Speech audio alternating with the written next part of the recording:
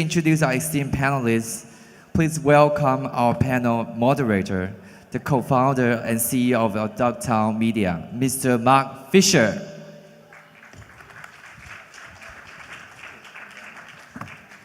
Ken, thank you so much for the warm welcome. Very excited to be here once again. Introducing our panel, we have some of the biggest tech leaders from around the world here to talk about virtual reality and how it is changing the face of content in our world today. Next to me is Phil Johnson from Vert. Then we have Christina Heller, co-founder and CEO of VR Playhouse. Mr. Kongwei Wang, founder and CTO of V-Video. Daniel Kenyon, CEO and founder of Furious M, and Ms. Nani de la Pena, CEO of Emblematic Group. Thank you, everybody, for being here today.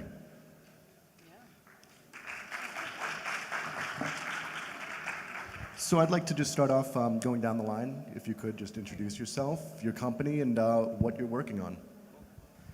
Hi, everyone. My name's Phil Johnston. I am the co-founder of Vert. And at Vert, we're building 360-degree video rovers to create virtual walkthroughs for real estate and other businesses. Basically, what we're trying to do is solve the problem of bringing the real world into virtual reality is either costly or labor intensive. So we're trying to come up with something that can make it as cheap as photographing a space. Hi, I'm Christina Heller. I am the CEO and co-founder of VR Playhouse. We are a creative content studio and production company that specializes in VR and AR.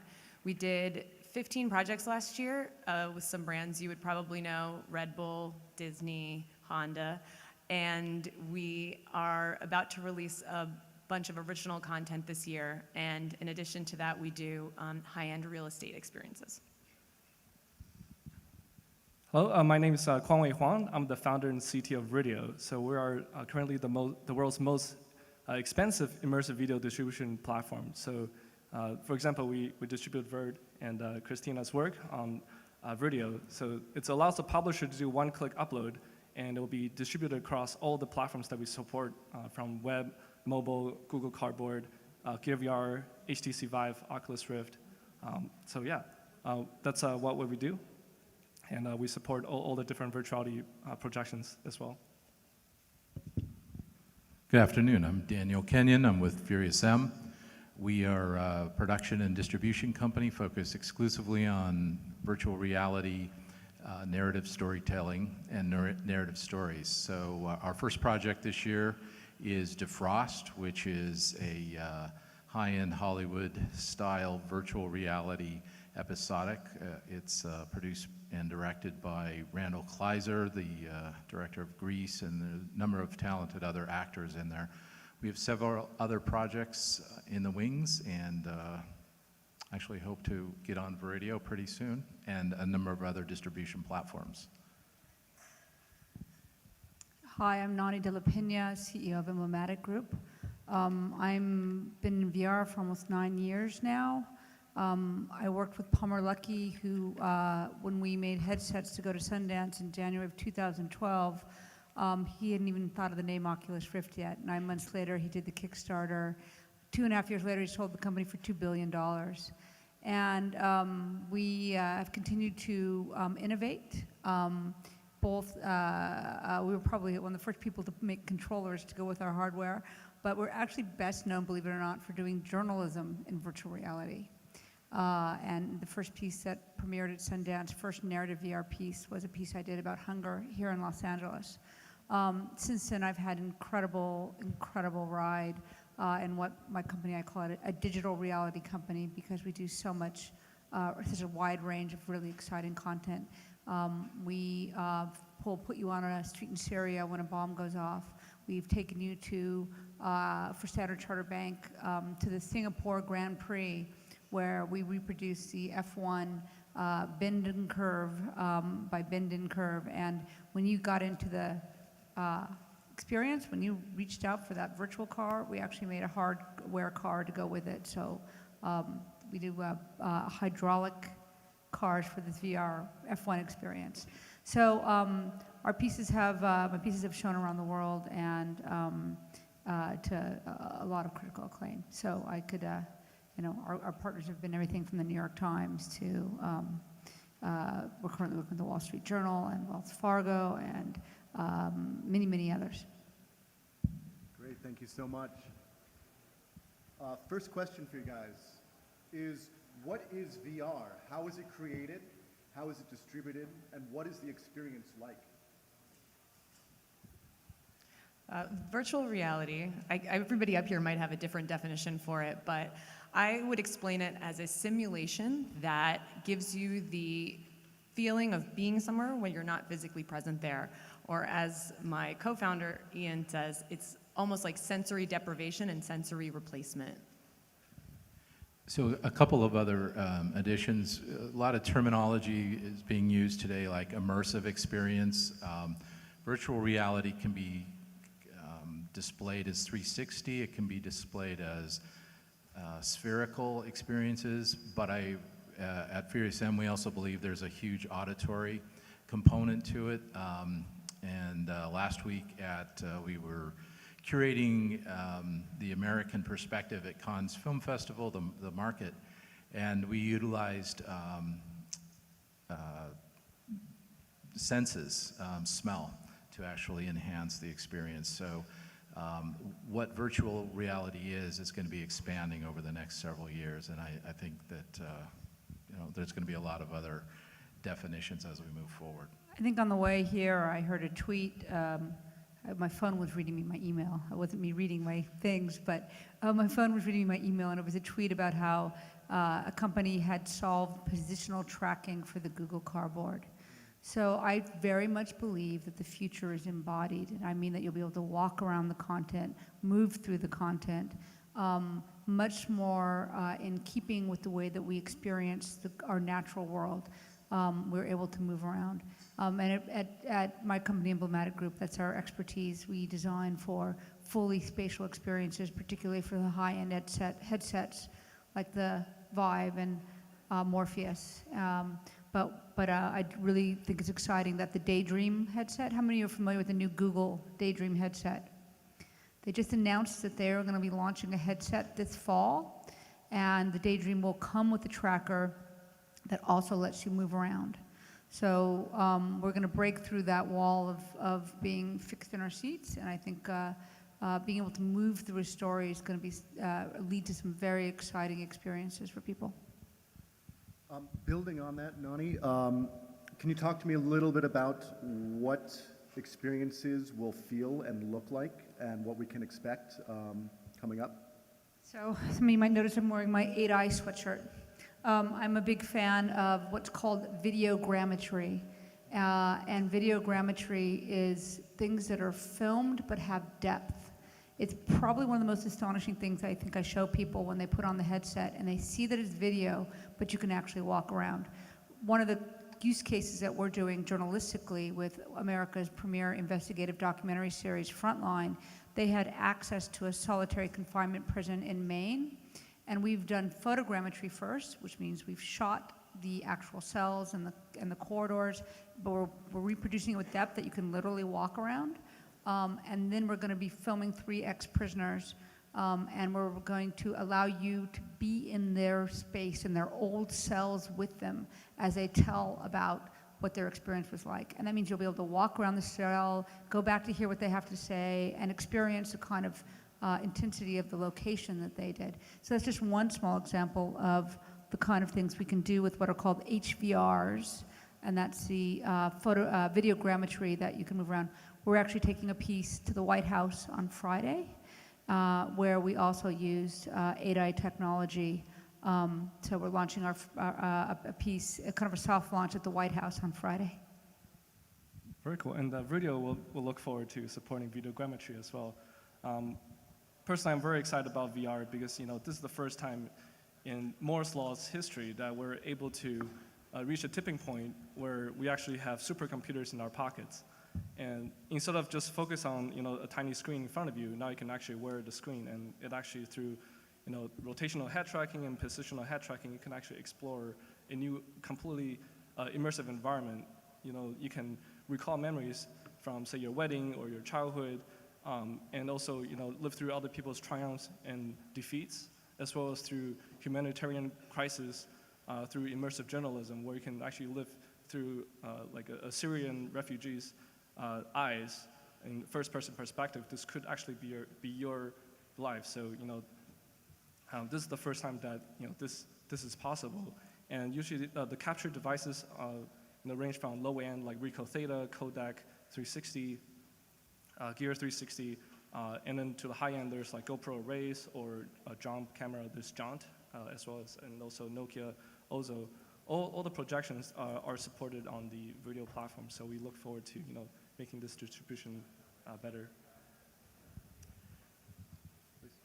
So in our future, from Narrative Stories, our first project is called Defrost. And one of the things that's remarkable about the way the story of Defrost has been constructed is that it has a purpose of delivering empathy to the viewer. And one of the strongest themes of VR, and whether it's any of the people on this panel and several of the other experts that are out there, everyone is now claiming and certainly believing that VR is an excellent empathetic delivery engine, and the ability to have others understand very quickly a different perspective, to give them that perspective almost instantly. For an example, we have a director that has come to us, and she's an Academy Award-winning producer, and we showed her Defrost for 5 minutes, the pilot, and when she took the headset off, she had 2 tears running down her eyes. And traditionally in a feature film, it might take 60 minutes to come to tears, and certainly there's some commercials that might make you cry, but almost consistently we see that level of empathy. So we think VR becomes an enormously valuable tool in helping the rest of the world understand each other. Fantastic, thank you. Can each one of you, going down the line, tell me a little bit about what your business is, where you operate in the VR space, and what problems you are solving? So our business is just aimed at coming up with new solutions for other businesses so they can use virtual reality as a tool to improve their profitability or their operations. And the first challenge that we took on was bringing this real-world space into virtual reality, specifically for retailers so they could show you what their store is like exactly online, or also real estate so you can walk through the house without actually going there. So we're kind of in a bit of a unique space inside of VR, where on one side you have 360 videos, on the other side you have 3D environments, and we're sitting somewhere in the middle where we're using 360 videos to make you feel like you're in a 3D environment, which makes it very hard for me to explain what I'm doing to people because you really have to see it, which is also a problem in general for virtual reality. Is you can't rely on traditional marketing to explain your experience to people. They have to try it out.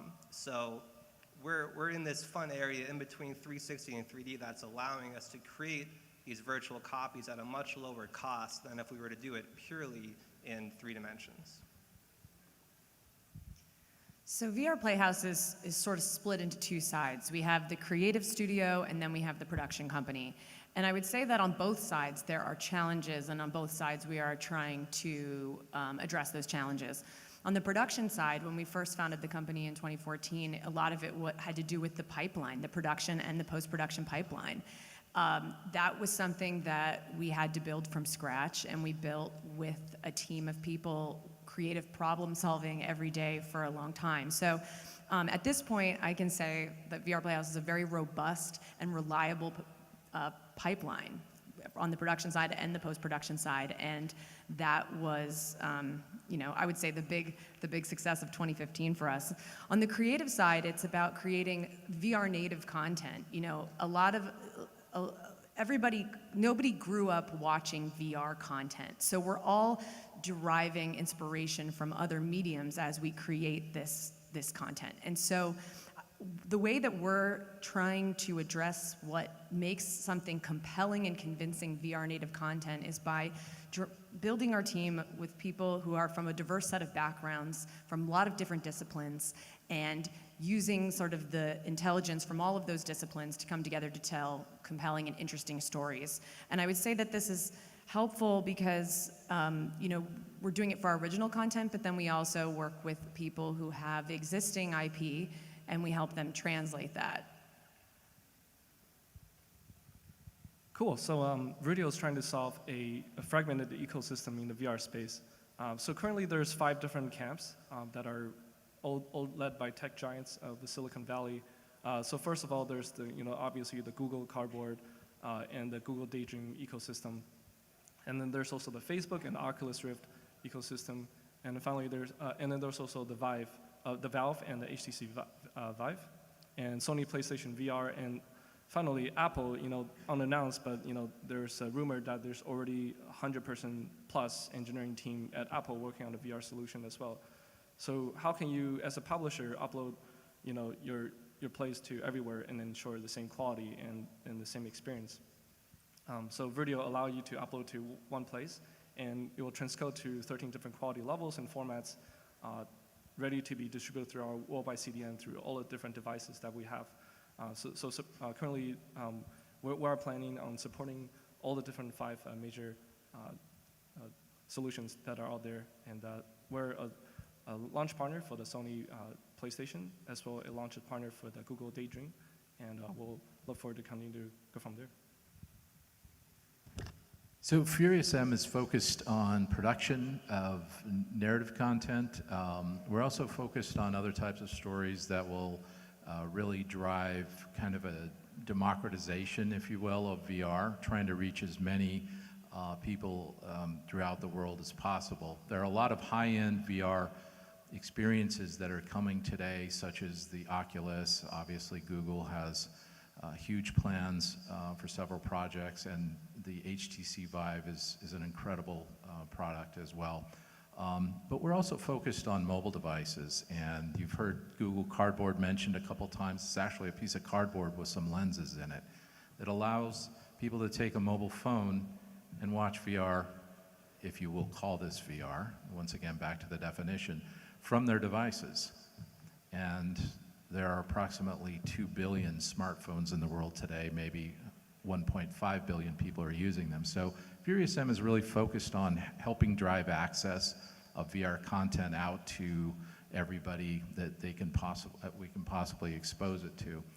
We actually have a couple of test markets in the senior category, people over 80 years old who have started to experience defrost and start engaging in verbal conversations with the characters. It's a really amazing kind of demographic if you think about it. So Furious M is focused on audience access and distribution for our narrative content. Daniel, building on that, can you quickly just differentiate between AR and VR and what it means? Well, that's a pretty rough thing to do in a short period of time, but augmented reality, or AR, is very similar to what we've been hearing about today. For instance, real estate applications where you're actually viewing a rental could be considered an augmented reality application, where virtual reality might be a pure video game-like experience that's 100% animated. That's a slight definition, differential, but go ahead. I can add to that. Generally, augmented reality means that you're in a real world and you augment on top of it. And typically what you do is you look through your mobile phone and it will show you some information. Typically you look through your mobile phone and it will show you information that is relatable to the actual place in reality where you're standing.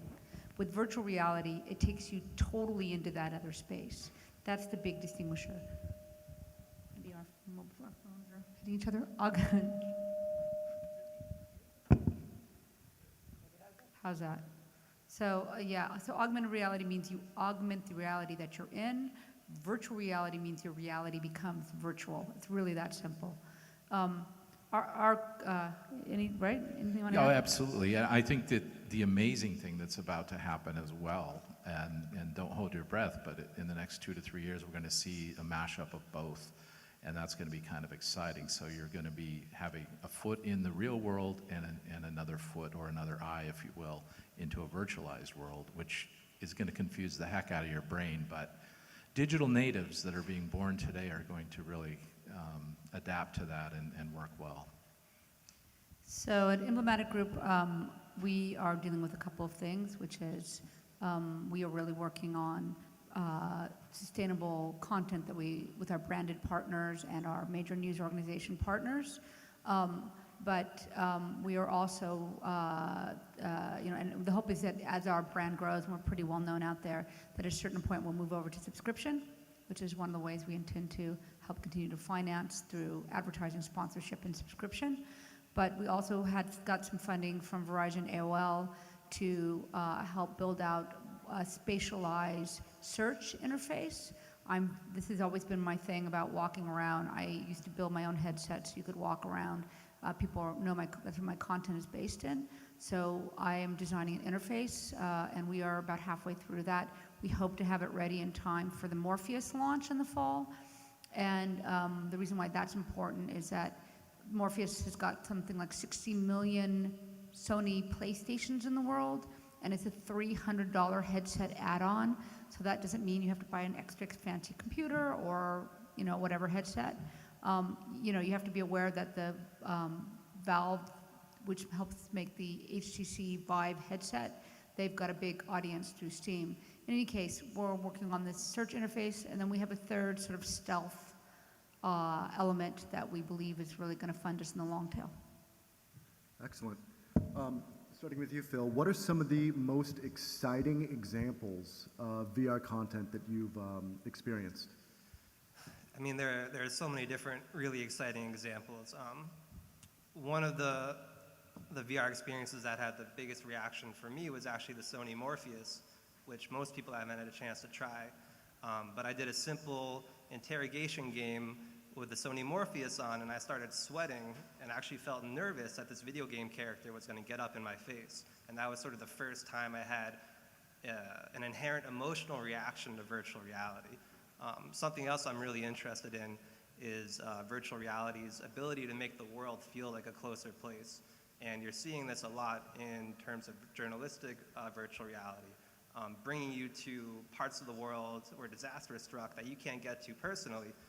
Now you can put on a VR headset and you can be surrounded in this environment, and it creates an emotional response that pictures and videos just can't do. And if you haven't tried out something like the Nepal earthquake VR experience, you really have to. It's going to leave an emotional impression on you that you're not expecting if it's your first time. So that's also another thing to think about in virtual reality is the emotional responses you can create are much stronger than in a 2D format. So you have to be almost a little bit careful about what situations or environments you're putting people in, because it could cause a pretty strong emotional reaction.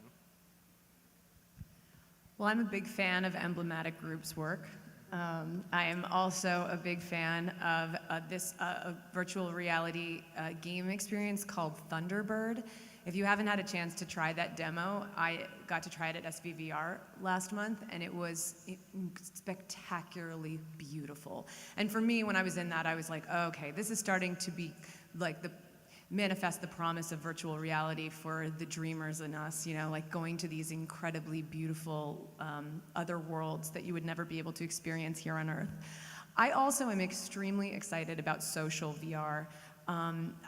It's still in very early stages, but I had a really profound experience using Toybox at Oculus Connect, where I was, so Toybox, for those of you that don't know, it is a playroom, just like a kid's playroom, and there are toys all over the place, and you have controllers, and with those controllers you have hands, and you can play with these toys. Across from me is another user who looks like a little green blob, but I can see her moving around, and she's actually another person in another space playing with me in this room, and we can talk using the headset.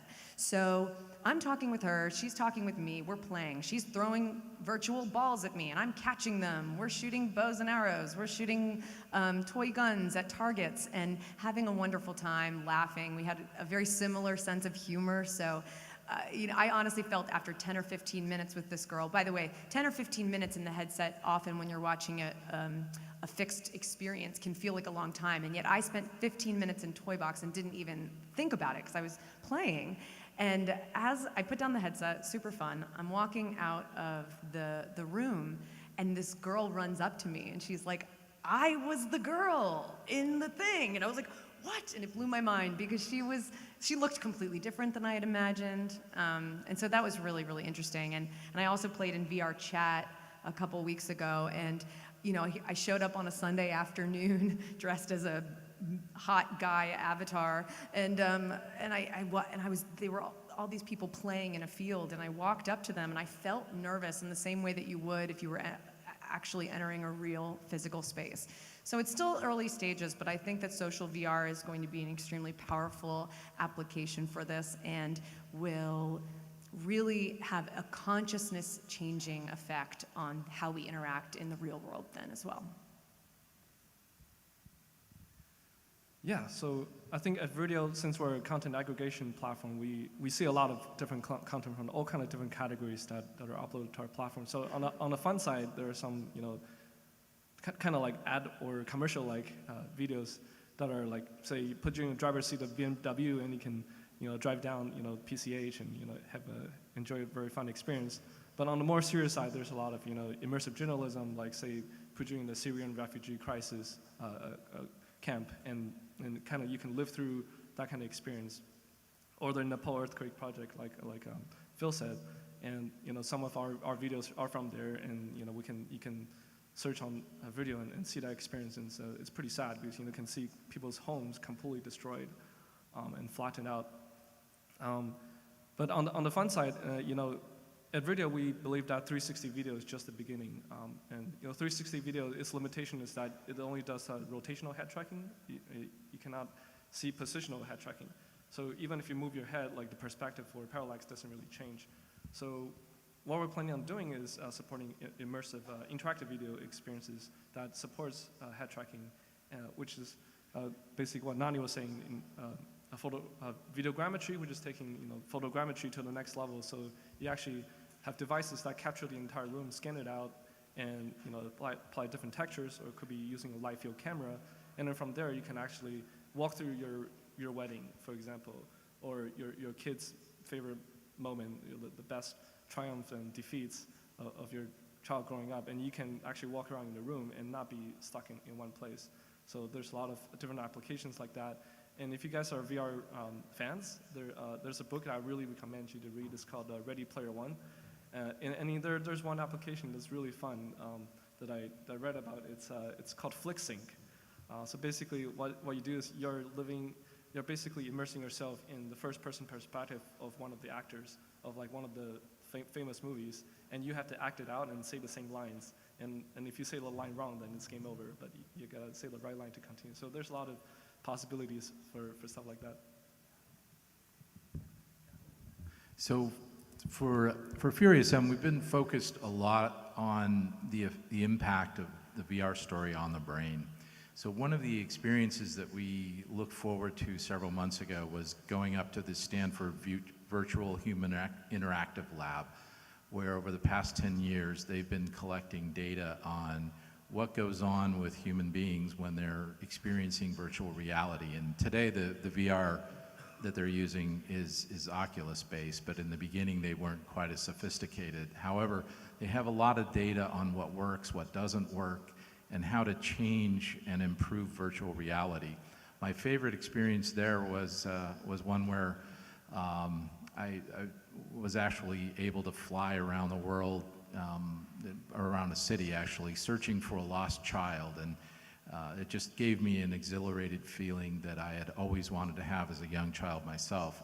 But the test for this, the data they were collecting was how much empathy would be sort of accumulated from my experience of looking for a lost child. And the test they do is to figure out, once people are finished with this experience of searching for a lost child, which actually doesn't exist in the experience, would they go out and be more empathetic in the real world? And the data shows that in fact they are. And another example is trying to teach young children how to conserve water, where they experience an animated shower made from coal And that shower is representative of the amount of energy it would take to heat the water they were using to take that shower. Over a period of weeks and then even months, they went back and tested those same kids, and the result was that they saved water over time, the ones that were actually experiencing the virtual reality cold shower. So VR has an enormous impact on people, and kind of going back to our first project, Defrost, we see Defrost is about a woman who's cryogenically frozen in 2015 and then reawakened in 2045. And as you come into the video, this first experience you have is from her point of view. And the idea is that she's in a wheelchair and you're immobilized and you really can't even talk or even think. You take on the embodiment of the individual we call Joan. And Joan is essentially 100% immobilized in the first 5 minutes of this experience. Over the next several episodes, 11 episodes, she becomes alive and awakened and everything like you would normally expect, but she is the same age as she was when she was first frozen. The rest of the people have aged and are now much older, and she has difficulty comprehending their age. Our goal is to be able to impart that through virtual reality, that same experience, that same empathy for Joan's experience. And so far, we believe through the magic of director Randall Kleiser, who did a great job on the story itself and then directing it, we believe we're able to impart that. So that's one of the things we think is remarkable, and one of the things I personally have experienced that's been remarkable. So there's so many great pieces. That's the really fun part about virtual reality and why this is a different explosion. Well, people will say, why is VR now? Why VR now? And one of the reasons why is the tool sets are available now for a lot of people to make. And that means that there's a way for well, first off, of course, the $2 billion sale meant a lot of money went into the hardware, but there was also already in place the game engines that allowed people to create. So an incredible amount of content is able to be made. That said, one of my favorite pieces is something called Tilt Brush, which is a painting program that you can do with controllers. And the reason why it's sort of so magnificent is I've had people come into my office and they go, I'm an accountant, I'm not an artist.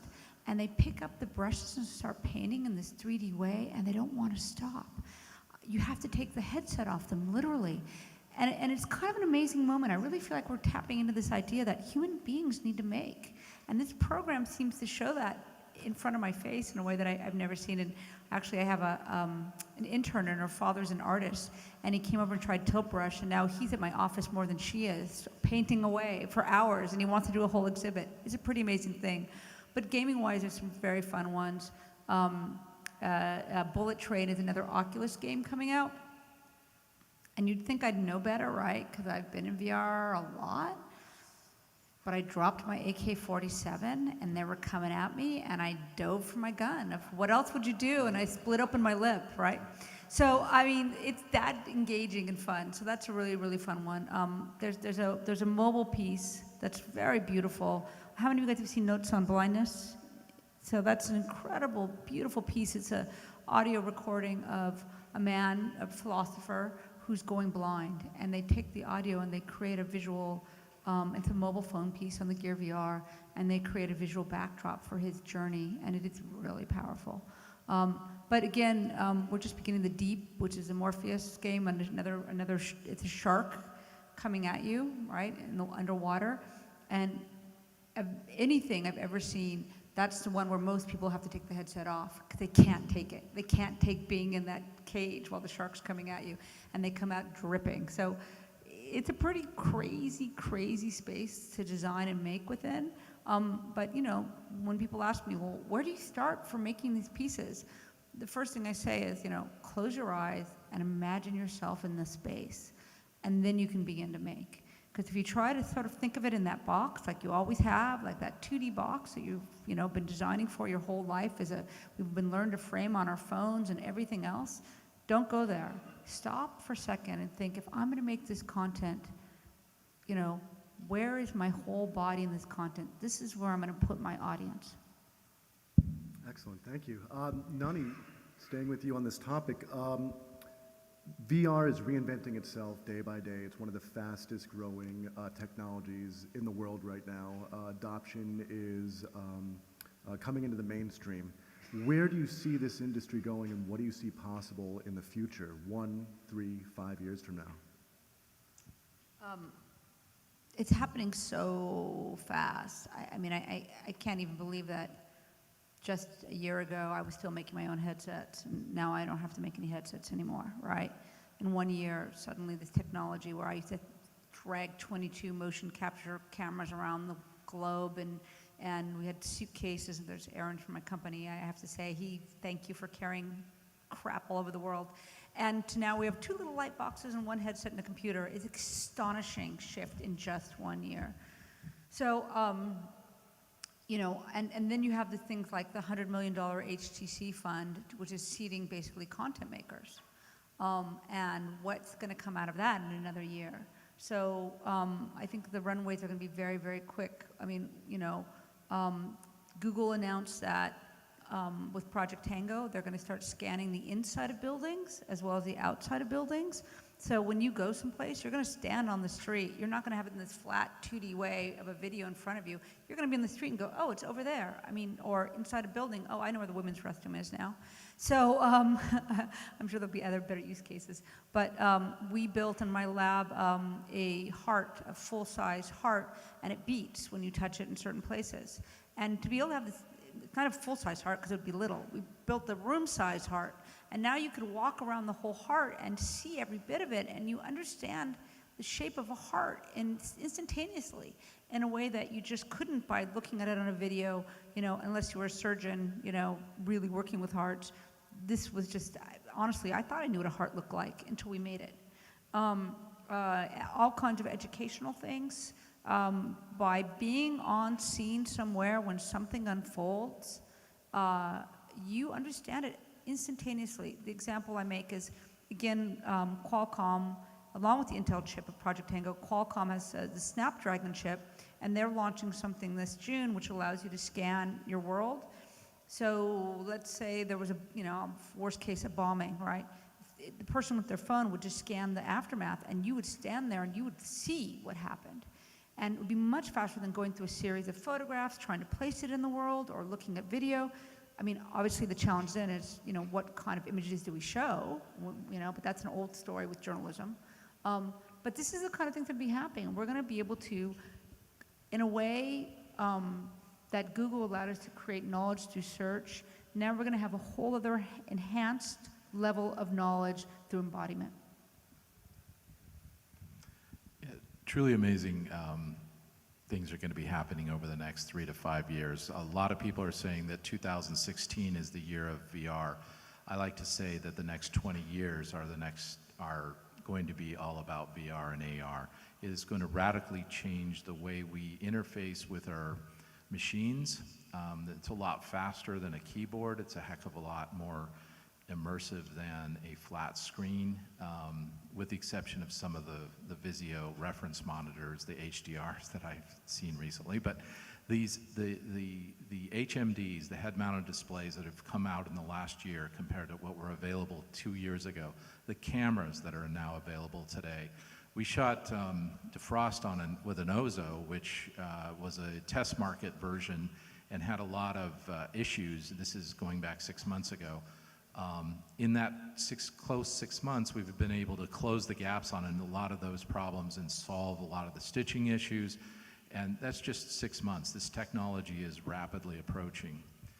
Personally, I first experienced virtual reality in the early 1990s and was on stage with one of the early pioneers that was bringing it out to the world. The 20 years up to this point, there was very little advancement in terms of public acceptance of VR because the tools weren't there. And as you've heard, Nani and the team from VR Playhouse, they've been working in this space for some time, creating content and other technologies. However, in the next 2 years, we're going to see an explosion not only of content, but we're going to see an explosion of the impact on human beings, how it affects our daily lives. And we may even have to have special psychotherapists or psychologists who can help people rid themselves of a VR addiction. That's just a side kind of anecdotal expression, but. Yeah, so it's almost the 20s again. So I imagine the roaring 20s is going to be, when VR fully matures and, we have a whole new generation of designers, engineers, and also kids that are, growing up in that era. I imagine, kids usually when they grow up are pretty mean. And, I was on the receiving end and also on the giving end for some of that. But I think if for kids growing up in the new roaring 20s, they will have a lot more empathy. They will be, they can live in other people's shoes better because they can experience through either, video game-like experiences or storytelling-like experiences in VR that, you can see that, people around the world are not that much different from you, regardless of your race, gender, or, your geography, or religion, We're all people, and we have happy times, we have sad times, we have triumphs and defeats, and the ability to sympathize with somebody else is much improved. And on the job side, I can see because previously like web development and web design was really hot, and after that, and in the next 10, 20 years after that, with the mobile smartphone revolution, there's mobile designers, mobile developers, that become a really hot field. But for VR, it really frees you from the constraint of a tiny screen, and actually you have the entire world and the entire 360 experience, so all the UIs and designs are completely different. So that's one of the things that video we really care about, because you're in a 360 environment. How do you best browse and discover new videos that are recommended to you or through your trending engine? So I can see that as another big shift in job changes. I think there's enormous opportunity for monetization or for money in the good content space. I mean, as we see the proliferation of the mobile experience and also the high-end headsets, I think that good high-quality content is going to rise to the top, and I think that people are going to pay for it. So I think that there is especially in the next couple of years, while it's still not too crowded, I think there's a lot of opportunity for people to make some money in content. But back on the philosophical side, I want to kind of go off of what Nani and Kongwei were saying, which I love the idea of enhanced knowledge. I think that is huge. I also think that the empathy thing is cool. And taking it one step further than empathy, my partner Ian has a talk that he calls the upward spiral of VR. And I think that one of the things that the empathy will then allow is greater liberation in people's actual real lives. Because if you're able to experience a sense of liberation inside the headset in a safe and simulated environment, you may feel more courageous to then take that those same learning experiences that you've had inside the headset and try them out in the real world. So it's our hope to be making content and making virtual reality experiences that are not just for people to enjoy while they're in the headset, but that will actually then make their real lives in the real world richer. And I like to imagine that your vision of the kids today, based on the interactions they've had in social VR and the opportunities they've had to experience situations and places around the world they would not have been able to go to otherwise, they will be a new kind of breed of people. I know that when I was 14 and I lived in a small suburban town, if I had had the opportunity to go visit some of the world's greatest places in VR from the comfort of my bedroom, heck yeah, I would have. So I think that when I listen to the skeptics, I think that they're not taking into account the youth and how strong that desire to explore and to escape and is. So yeah, I'm excited, and I think it will transform consciousness. Definitely. I mean, virtual reality is the next revolution in our ability to communicate with each other. So you can trace its history back through cell phones, computers, the internet, telephones, video, radio, telegrams, handwritten notes. This is sort of our history of the technology behind communication, and virtual reality breaks with everything before it because it's the first time that we can directly communicate an experience instead of information about the experience. So this is one of the reasons why virtual reality is so powerful and why it's going to be the future of how we communicate with each other. Predicting out the short-term adoption of virtual reality is a little bit trickier. 3 to 5 years is a pretty safe window for some respectable consumer adoption.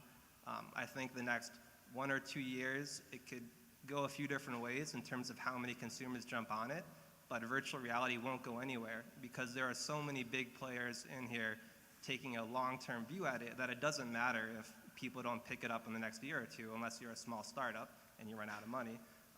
Everyone else is looking at it as the next platform of communication, and whether it takes 5 years or 10 years to get there, it's going to be as ubiquitous as a cell phone and even more so, possibly. Great. Talking about the business model side of VR, in the startup world, we create fast, we fail fast, we pivot, and we move on. What are some of the business models that you guys are coming across in hardware, software, in content creation that will open up new opportunities for entrepreneurs? Sure, I guess I'll jump on that 'cause it's kind of what I was just talking about. Not too long ago, I wrote a post called "Survive Until You Thrive" for virtual reality, and it kind of looks at the short term versus the long term. So if you're a startup and you don't have Oculus level funding, in the short term, you're going to need to figure out a business strategy that works whether or not virtual reality takes off huge. So that can be you're selling a service that other developers use. You could be a production studio working with big clients where you don't have to worry about, are there 10 million people out there who can download my 99-cent app? I'd rather sell to one person who's going to pay me $100,000 to do something, and now we can work for a while. So it really depends on what sort of startup you are. There are cheaper ways to get into virtual reality, and there's more expensive ways. You can start programming on top of Unity or Unreal. You don't need a big upfront cost, and you can last a while until the market picks up. If you're doing something more hardware focused, you're really going to need to find those visionary investors who are willing to invest in you and wait for a few years to see any chance of a return. And from talking to a lot of VR VCs, most of them have a 5 to 7 year outlook for virtual reality. So they're not going to be getting on you to return their capital in the next year because they know that the market's going to take some time to develop, and you just have to last long enough so you can really be around when we hit the hockey stick part of the growth curve. Well, for the last couple of years, VR Playhouse has bootstrapped with jobs in production services. There is an enormous amount of interest in the advertising space and in the live activation space for VR. If you go to trade shows, you'll see lines around the block to experience VR experiences. So, we've been able to build our company by partnering with brands to build interesting activations and also 360 VR experiences for them to get traction online and on these burgeoning platforms. But I think the long-term opportunity is for original content. I think if you really, we're talking about apps here, and what is an app but really a micro platform? You can sell that app for, you see people do games on Steam. That's one way to monetize. You can also let people download that app for free and let them explore the world and then offer premium sort of in-app purchase experiences. Long term, when you think about that, if you create an app that people love to explore and revisit and maybe has a changing slate of content, and it has premium parts of that content that you can only access, for 99 cents or $1.99, you're building a portal to an entire world of content that can rival any platform that's out right now. So those are the kinds of things that we're talking about, and I think micro platforms will be a huge part of our revenue strategy in the next 5 years. Yeah, monetization is a question that we have been asking ourselves at Video for a while as well. Given the limited eyeballs in the beginning of the VR, the adoption curve we're thinking that transactional monetization will work for a lot of our publishers because a lot of them are spending a lot of money creating really premium experiences, but have no way to monetize it. So we can perhaps put some of their premium content behind a paywall, and they can do that. But long term, we think that advertising will be a huge, opportunity because,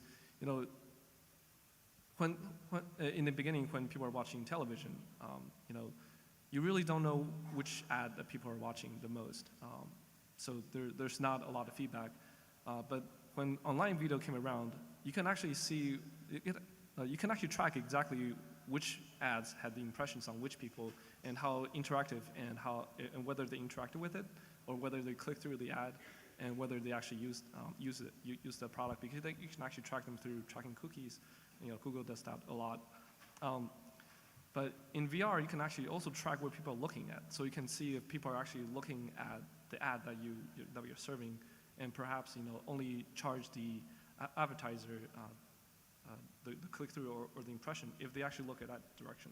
So there's the possibility is just endless, and that could really shape our world and for targeted advertising and just change the world way of how advertising works. So we think there's a big opportunity right now still in the technology space, whether we're focused on capture or distribution platforms, other forms of acquisition, creating animation.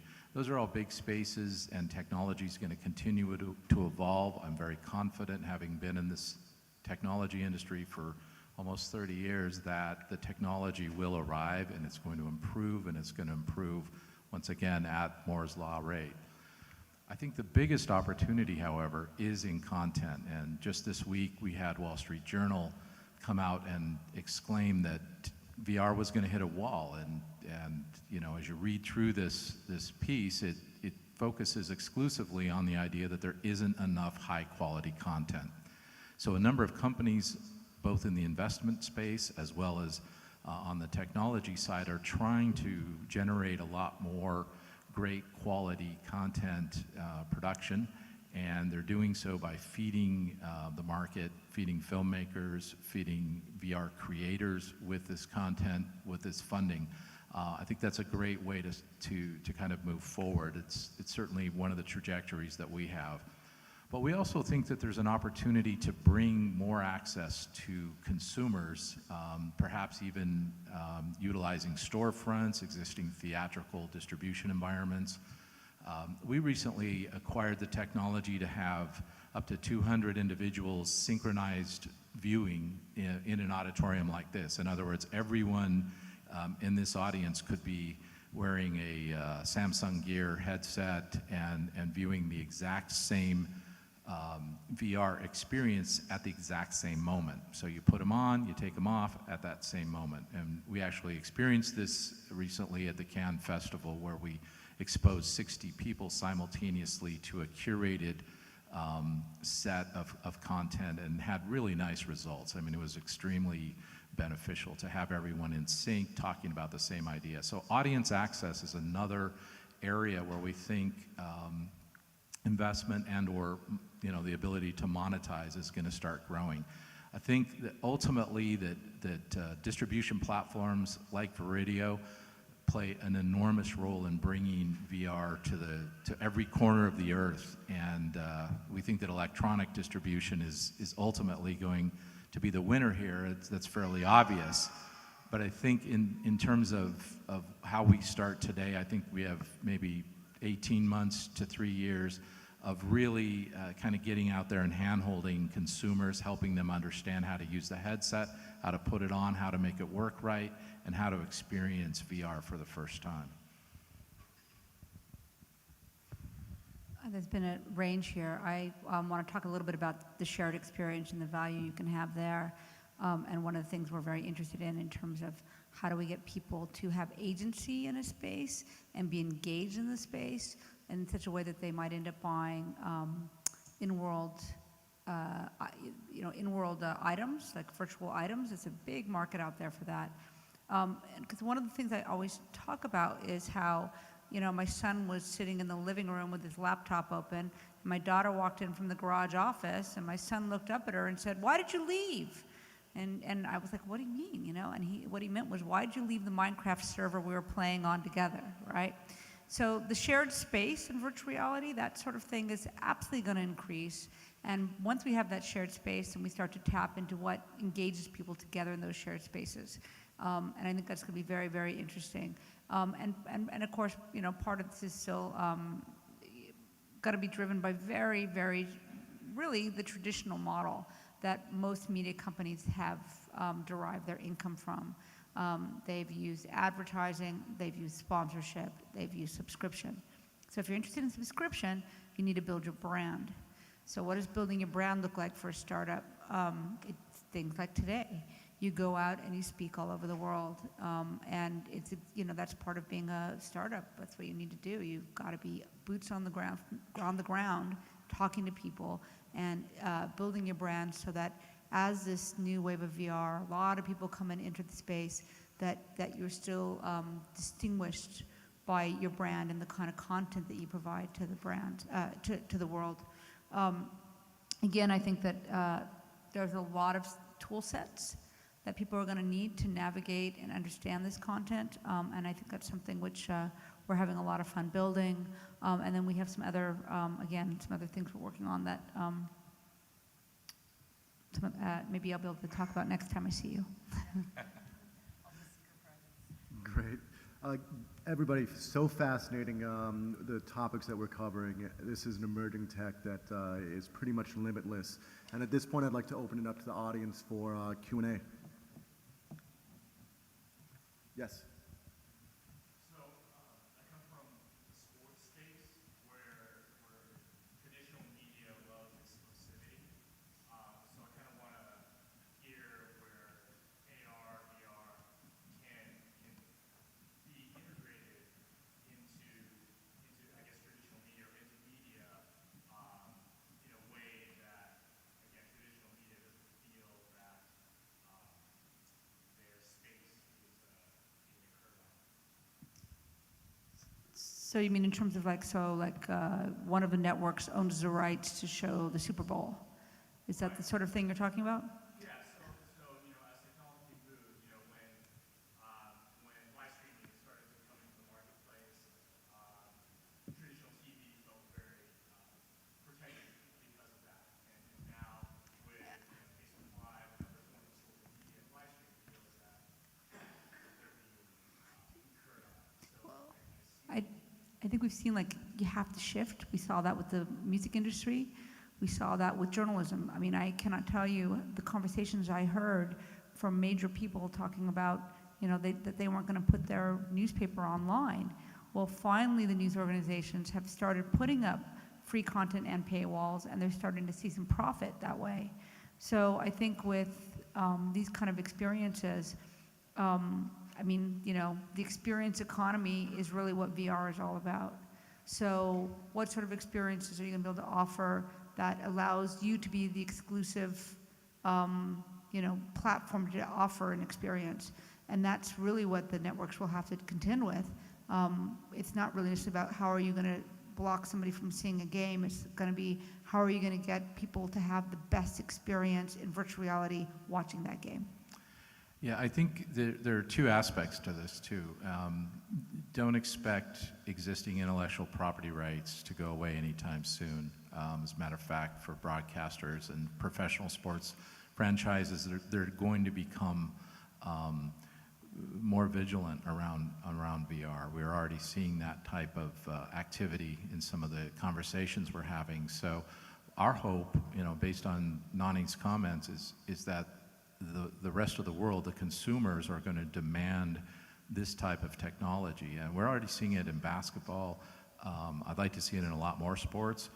At the same time, there's a way to do VR and there's a way not to do VR. You can't just put a round Ozo camera in a basketball and say, away you go, or hit a golf ball and say, oh, that's so cool, because it tends to kind of diminish the excitement for someone who's just watching a golf ball sail through the air. What's the story there? How are you captivating? So having it done right is just as important as being able to manage the intellectual property that comes out of that. But obviously sports is a very cool space, and as I think Donnie mentioned earlier, before doing F1 racing, super amazing and immersive kind of experiences. So I expect that's going to continue to grow. We've talked to a lot of brands that were slow to move on the digital front that learned their lesson with that, and so it's been interesting. I've been surprised actually how many places are really taking a very proactive approach with VR because they don't want to fall behind the curve. Next question, please. Yeah. Hi, I have two questions. So first one is, right now, what is the biggest technical issue? Like, it's about the sensor or software or hardware. And second question is that, what kind of technique you use to prevent people feel dizzy? Would be my lock the camera off. That's the number one thing I say. For this question part number 2, is that you won't make everybody ill doing this, but a percentage of your audience, if they feel like their vision is moving, but their body is telling them they're standing still, they're going to get nauseous. I just had a major reporter in my office, and we had the most gentle little car ride piece, barely anywhere, and she was sick for 30 minutes. So that's an unusual extreme reaction, but I say for anybody that's brand new to making virtual reality, your best thing is if you're shooting 360, don't move the camera. If you're going to do it in the spatialized way that I do it, it means that when somebody has the goggles on and they're walking through the space, it means their body is moving along with their eyes. So that's a really simple one, although I've heard that there are some interesting techniques people are trying to send like a little ear puffs of air into the inner ear so that you feel like you're moving even if you're not, and to try to mask your body-brain disconnect. And so that's the one part of your question. I'm sorry, and the first part was? And I think for us, sorry, I should let you guys answer these questions, sorry. I was just saying the first thing really for me is just distribution right now, right? We just need distribution, which means enough headsets out there in the market and enough pipes to put the content out there. Yeah, I would totally agree with that. It is audience access, discovery, and distribution, and then the ability to monetize that isn't going to be hard at all. You can advertise, you can use paywalls. Those paywalls are already existing. Digital has done so many things for VR. It's paved the path. We can do it quickly. But the technology of getting something like this in everyone's hands to watch it, this is not the end game. This is not the best way to experience VR. I think I saw a Vive in your pocket there, or whatever it is. And this is an amazing device. This is, HTC's product, and so it's pretty cool. Your other question, we've had a lot of experience with people having a little bit of motion sickness from experiencing defrost, and to a person, the people that do that most often are people that are moving or having someone else move them. So this defrost is shot from the perspective of the camera's literally in a wheelchair. It's moving very slowly, it's very steady, and that gives a sensation of movement. So we like to have people sitting down while they're watching this, and perhaps even as we did at Cannes and the World VR Forum, we had people in wheelchairs, and that was the greatest experience. But one of our attorneys was spinning around in his chair while he was watching it the first time and had to jump up and run to the restroom route very quickly. So it does happen, even to the best of Hollywood's elite attorneys. I am that reporter. Like, I am the most sensitive Gosh, it's to motion really sickness. fast. The most sensitive, and so I'm the canary in the coal mine. But one thing we've also noticed that helps, and I think it makes a lot of sense, is that if you are moving, you have to have something like a car or something to ground you to the movement. Like if you don't have something to ground you, like a car or vehicle or something stationary that's moving along with you, for me, it's really tough. And here's the one interesting thing is that what I've found, and I don't know if you found this to be true, we know we can move forward and back, right? But we can't go up in the air. So I found that if you take the camera, this is for 360, I tend to do content you can walk around, so I very rarely have this problem. But I found that if in some of the 360 we do shoot, that if you make the camera go up or down, because we don't have anything in our brain already pre-formed about doing that, that it doesn't seem to cause the kind of problems that motion forward or back with the camera while your body's seated or still. Also, for the longest time, stereoscopic video gave me a really bad headache. And that is getting better now, like with the Google Jump camera, that I saw it, I was like, okay, this is good. But it was interesting, for the longest time, there was this huge debate about mono versus stereo, and I was firmly in the monoscopic camp because most of the stereo I looked at just made my eyes cross. Yeah, and there are a few other tricks that people are experimenting with so you can move through VR. One that looks really promising is called ocular occlusion. So basically, you take the corners that you're not looking at and you black them out. So you kind of narrow the field of view a little bit. And this sort of mimics what your eyes naturally do. When you're focused on one area, the peripherals tend to go black. And they're finding that helps cut down on the motion sickness. If you have to have someone move, you don't want to accelerate or decelerate too fast, and you don't want them to spin around while they're moving. Sometimes people will try and see if they can make themselves sick, and that's something that's fun for them. They just put on your headset and they start spinning around like crazy and see how long it takes. You'll never be able to stop that. Another fun trick people are experimenting with is putting a nose into the app. So when you look forward, your eyes actually use your nose to help figure out where everything is in relation to each other. So by adding a nose into virtual reality, it actually helps cut down on the motion sickness too. So it's such a new medium. We haven't been experimenting with this new version of it for too long that there might be other fun ways that we can get around that problem. Yeah, that's exactly right. And I've also seen in some video games, they try to anchor the user in a fixed frame of reference. So for example, if they're driving a car, if they're flying a spaceship, then there will be a cockpit in front of you, and then your field of view is kind of limited to the windows of the cockpit or the ship that you're driving. And that's another thing that's really cool. And then if you're shooting live capturing, like soon there's going to be a lot of Ricoh Thetas out there, a lot of Gear 360 cameras out there. Do us a favor, when you're shooting as a cameraman, don't rotate the camera. That will get people sick, because when you're rotating the camera, you're rotating the person's head.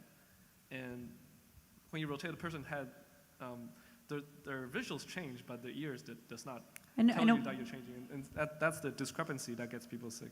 I know that with Bullet Train, the big game, that they tried to let people move in the train, and it just didn't work. So what they do is they kind of do this sort of stretch dissolve to white to take you to different scenes. So essentially it's like a dissolve for your body, and I tend to do that. I'm very conservative about camera movement. So you're in a scene and you dissolve to black, and then I put you in another scene. You can walk around these scenes, but if I'm going to move you from one place to another, I tend to do dissolves. And Bullet Train, which is a moving train and all this stuff is happening, they ended up doing these kind of stretched white dissolves, and it works really, really well.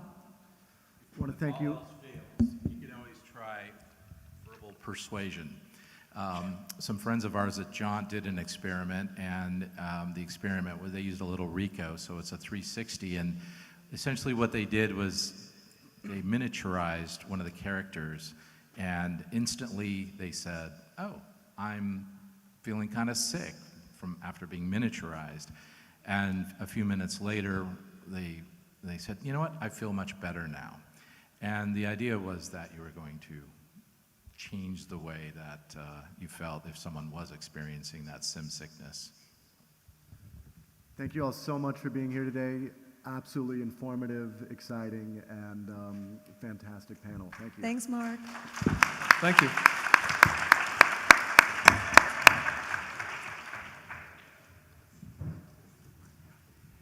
At this point, I would like to personally thank Mr. Fisher for moderating this panel and the speakers, and we will present the certificate recognition. Please give them another round of applause. Thank you.